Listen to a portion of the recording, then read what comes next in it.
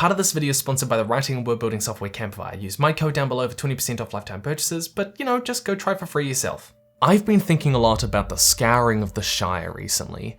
It was famously left out of Peter Jackson's trilogy, so if you didn't know, the War of the Ring didn't truly end with the destruction of the One Ring. No. Frodo, Sam, Merry and Pippin return home to the Shire only to find Saruman, of all people, has taken it over. Hello there. Building great black mills, polluting the water and destroying all of its forests. The hobbits, but particularly Merry and Pippin, have to rally the enslaved hobbits to one last fight and throw Saruman out. They do, and then the war is over. Now, Jackson didn't include the Scouring in the films largely because it didn't work for the film format. Jackson himself said it wasn't cinematic enough, likening it to Tom Bombadil, say of that what you will, and structurally the film was done by this point. Already sitting at 4 hours long, they had to decide which things to keep and which things to leave. Infamously criticised for refusing to end, the Scouring would have made the end of The Return of the King at best rushed and at worst crippled its pacing even further.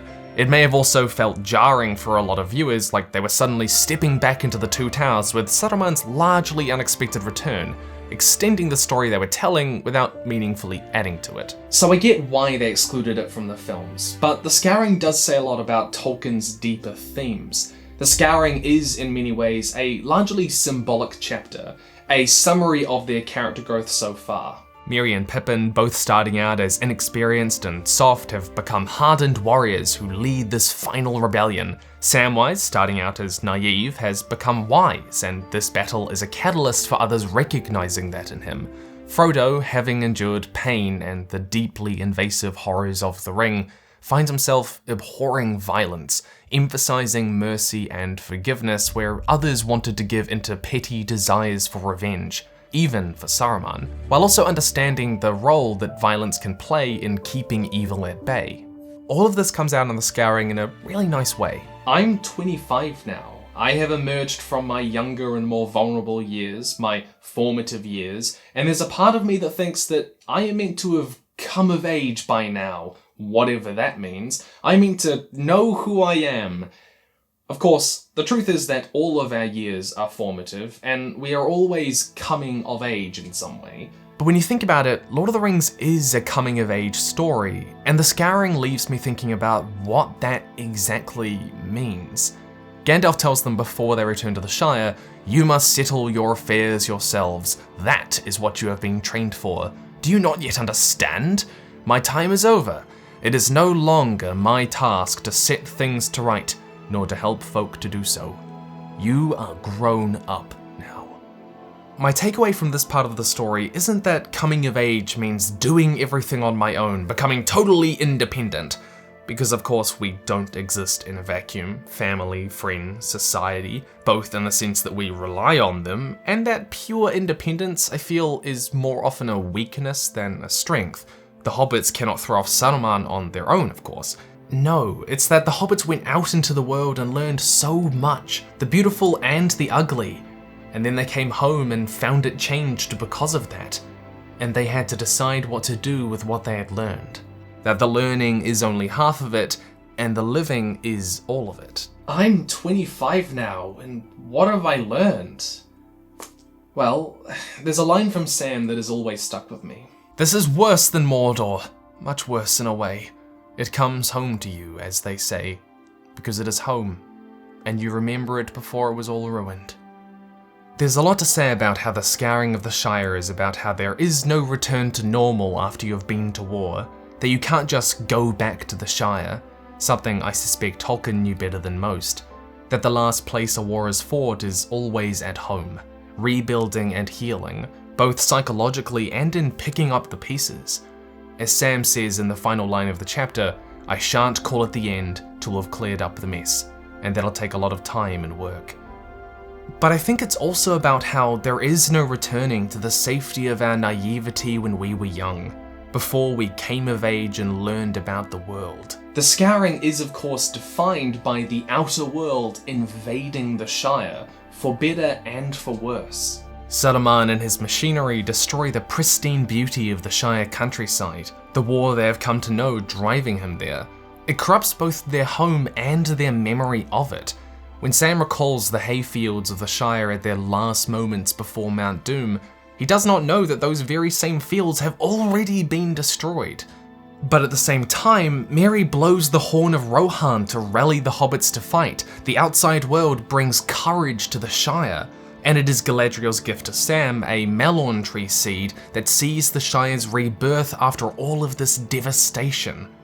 The outside world brings new life and beauty, and the wisdom that Sam has learned across his travels brings the Shire into a new golden age.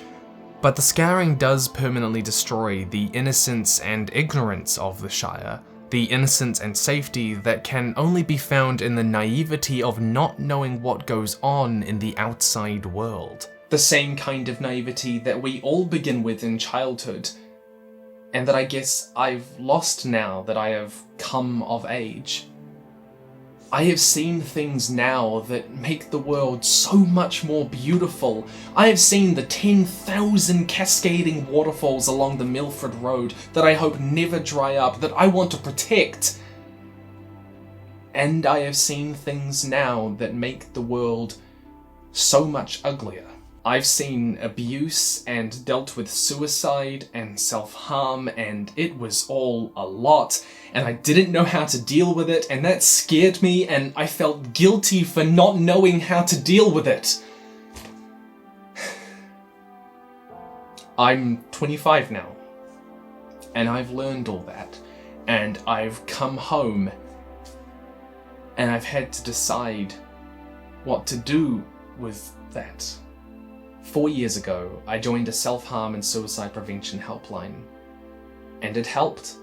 I learned how to deal with it, how to help others, and I found strength in that.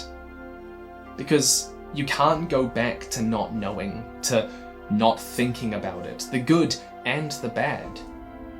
Eventually, you have to come home and decide what to do with that. I mentioned the cascading waterfalls of the Milford Road because Lord of the Rings was written with a deep love for the natural world. It's well known that Tolkien lamented the destruction of his English countryside and felt industrialization was enabling humanity's darker impulses. If you want to know more about that, then go watch my video on what the One Ring represents. But what is really interesting is how viscerally all of this comes out in the Scouring of the Shire, almost more than any other point in the book.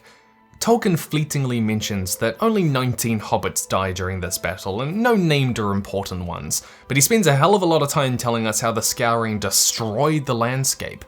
The great chimney rose up before them, and as they drew near the old village across the water, through rows of new mean houses along each side of the road, they saw the new mill in its frowning and dirty ugliness, a great brick building straddling the stream, which it fouled with a steaming and stinking overflow. All along the Bywater Road, every tree had been felled. Even when talking about how the hobbits were enslaved, he frames it in the context of how intense labor was transforming the Shire into a desert. The reality is, Tolkien never saw Middle-earth as just a setting for his book. He treats it as a character of its own, most viscerally in the Ents who rise up against Saruman, but also in Tom Bombadil, whom he describes as the spirit of the vanishing Oxford and Berkshire countryside. The earth personified. His focus on flora and fauna throughout the story, the trees and fruits of the land, are all part of that, I guess.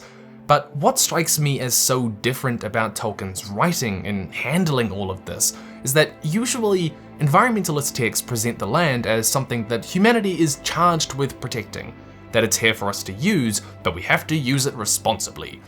But Tolkien goes further than that. He imagines it as an equal in creation to the men and elves and dwarves.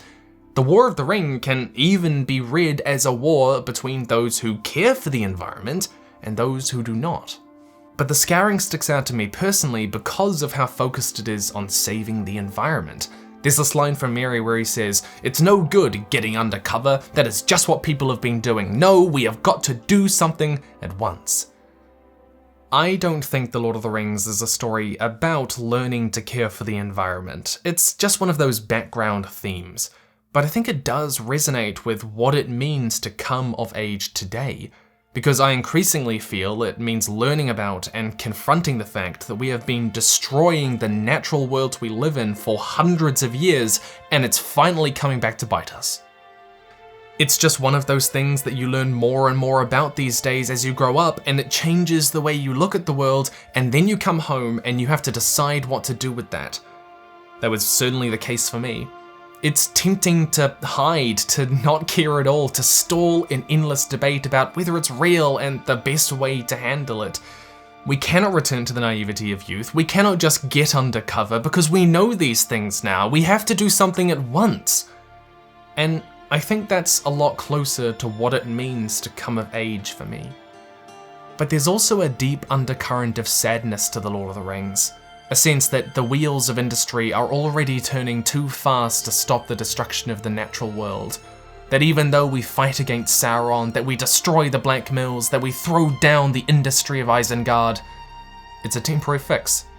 And we will, in time, destroy our environment ourselves. Tolkien describes how the elves see the lands as equals in creation to themselves.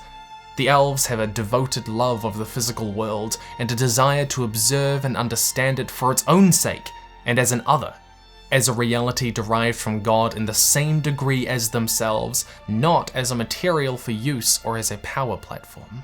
But the elves are leaving, aren't they? Most of them have already left. The last march of the Ents has come and gone, the age of men has come. The Scouring was caused by Saruman and his servants, yes, but it was also enabled by the greedy hobbits and the rest of them that were too afraid to rise up and change things, to do something about it. Like in the real world, it's up to us now. There is only us to protect the world from us. Ugh. I can empathize because sometimes it can feel like we are on that inevitable decline towards those Black Mills again, and it's tempting to admit defeat and just get undercover. But coming of age here meant understanding that even if they never left the Shire and hid away from the war would eventually find them. Saruman would have turned up anyway. Those Black Mills would still show up. I'm 25 now, and I've learned this. The question, of course, what do I do? Well, I set up a monthly donation to the World Wildlife Fund, but of course that's not gonna solve it in the long run either. In 2015, here in New Zealand, the Whanganui River was recognised as a separate legal person with its own rights. It was no longer owned by the government and a trust was set up to protect its integrity. I think a lot about the Scouring because, I guess, Tolkien was right. What is that but treating the land as an equal in creation just like he imagined? Maybe that's what we have to do. We have to treat it as an equal, take it out of our hands, and not let it be a dependent. We are in the age of man now. The elves have already left. It's up to us. But of course, the environment is only one thing that we learn about when coming of age these days, and one that the Scouring of the Shire particularly looks at. Maybe you saw the ugliness of child labour and found the beauty of street art, or you saw war-ravaged communities and the beauty of people rebuilding, or you saw the ugliness of disease and the beauty of forgiveness. All of these things make it impossible to return to that Shire. I don't know how far you have gone out into the world, what you have seen, what you have experienced, what you have learned. But I do know that in time, we must all return home and decide what to apply to our own lives. Because in the end, all we can do is decide what to do with the time that is given to us. Campfire has long been a sponsor and supporter of the channel, and they've made a platform dedicated to helping you keep track of your writing and world building, and I mean all of it. Go decide for yourself, try it for free, go on, and it helps me. You want to talk about your weird sex cult? You can do that. Your furry fan fiction? You can do that too. Seriously, you can do anything on Campfire. But here's the thing, you know how frustrating it is when you put in your magic system or place names and then Word tells you, these are spelled incorrectly, and you go, ah! Well, I said, hey, wouldn't it be cool if when you add it to dictionary, you got to add your own definition and have like a little dictionary of your fictional world that you can transport from chapter to chapter, instead of the damn red squiggly line of doom. Campfire, not even kidding, took up the challenge and added the feature in under a day. I mention that because these are the sort of people that we're dealing with at Campfire. They really do want to make the best platform they can, and they listen to feedback. But then they told me about something that I was genuinely excited to see when I read about it, because I am all in favor of helping people earn money from their writing. Campfire Explore. It not only lets you share your writing publicly with other people in a place designed for sci-fi and fantasy readers, but it's gonna let you monetize that as well soon. People can support your writing, which I just think is fantastic. So go try it, again, stay nerdy, and I'll see what you make on Campfire in the future.